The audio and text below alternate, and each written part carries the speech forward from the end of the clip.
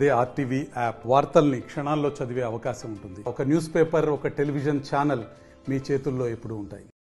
విజ్ఞప్తి చేస్తూ ఉన్నా. మీ అందరికీ కూడా నిజంగా నేను హృదయపూర్వకంగా కృతజ్ఞతలు తెలియజేస్తూ ఉన్నా. రాష్ట్రంలో వేరే నియోజకవర్గాల్లో లేనట్టుగా మంచిర్యాలలో దాడులు జరుగుతూ ఉన్నాయి. మీకు చాలా ఇబ్బందులు అయితే ఉన్నాయి కార్యకర్తలకు, నాయకులకు.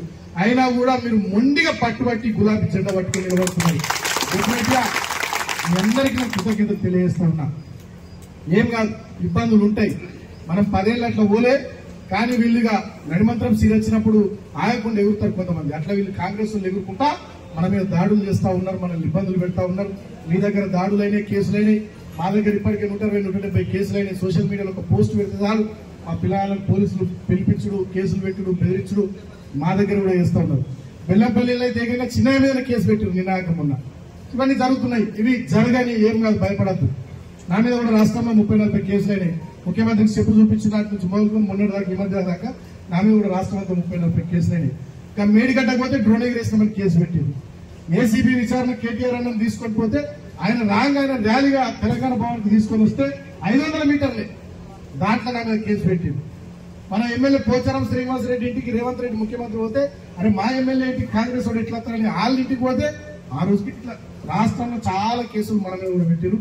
ఈ కేసులకు భయపడటం కాదు, గట్ల భయపడితే తెలంగాణ వచ్చేదే కాదు. ఉద్యమ సందర్భంలోనూ 100 కేసులు భరించినాం, ఎన్నోసార్లు దెబ్బలు తిన్నాం, జైళ్ళకి పోయినాం. మనకు దెబ్బలు కొత్త కాదు, జైలు కొత్త కాదు, కేసులు కొత్త కాదు. నేను ఇవాళ మీ అందరికి ఒక హామీ ఇస్తున్నా. నేను ఎక్కువ తక్కువ మాట్లాడతలేను, ఎక్కువ తక్కువ ఈ రాష్ట్ర స్థాయిలో కొన్ని పనులు చూస్తున్నా కాబట్టి ఇంటికి ఎక్కువ తక్కువ వస్తలేను. నేను మీ అందరికి హామీ ఇస్తున్నా, డెఫినెట్ గా మన గవర్నమెంట్ ప్రజల ఆశీర్వాదంతో వస్తుంది. వచ్చిన తర్వాత లెక్క నేనే సరి చేస్తాను. అది మాత్రం మీకు హామీ ఇస్తున్నా. ఈ 3-3.5 ఏళ్ళు కొంత ఇబ్బందులు ఉంటాయి, ఓర్చుకోవాలి, ఏం కాదు, తప్పదు. నేను పోలీస్ సోదరులకు కూడా మీడియా ద్వారా విజ్ఞప్తి చేస్తా ఉన్నాను. నిజంగా ప్రజాస్వామ్యయుతంగా పోలీసులు పారదర్శకంగా పనిచేయాలి. మంచిర్యాల జిల్లాలో కానీ, రామగుండం కమిషనరేట్ పరిధిలో కానీ పోలీసులు శృతి తప్పిరు, లయ తప్పిరు, అధికార పార్టీకి తొత్తులుగా వ్యవహరిస్తున్నారు. నేను ఇవాళ మంచిర్యాల జిల్లా అధ్యక్షుడిగా ఈ రామగుండం కొత్తగా వచ్చినటువంటి పోలీస్ కమిషనర్ గారికి కూడా నేను రిక్వెస్ట్ చేస్తున్నా, విజ్ఞప్తి చేస్తా ఉన్నా. మీరు దీన్ని సెట్ చేయండి. పెద్దపల్లి జిల్లాలో కానీ, మంచిర్యాల జిల్లాలో కానీ అక్రమంగా బీఆర్ఎస్ పార్టీ కార్యకర్తలు, సోషల్ మీడియా వారియర్స్ మీద, మా పార్టీ నాయకుల మీద దాడులు, కేసులు ఎక్కువ తక్కువ అవుతున్నాయి.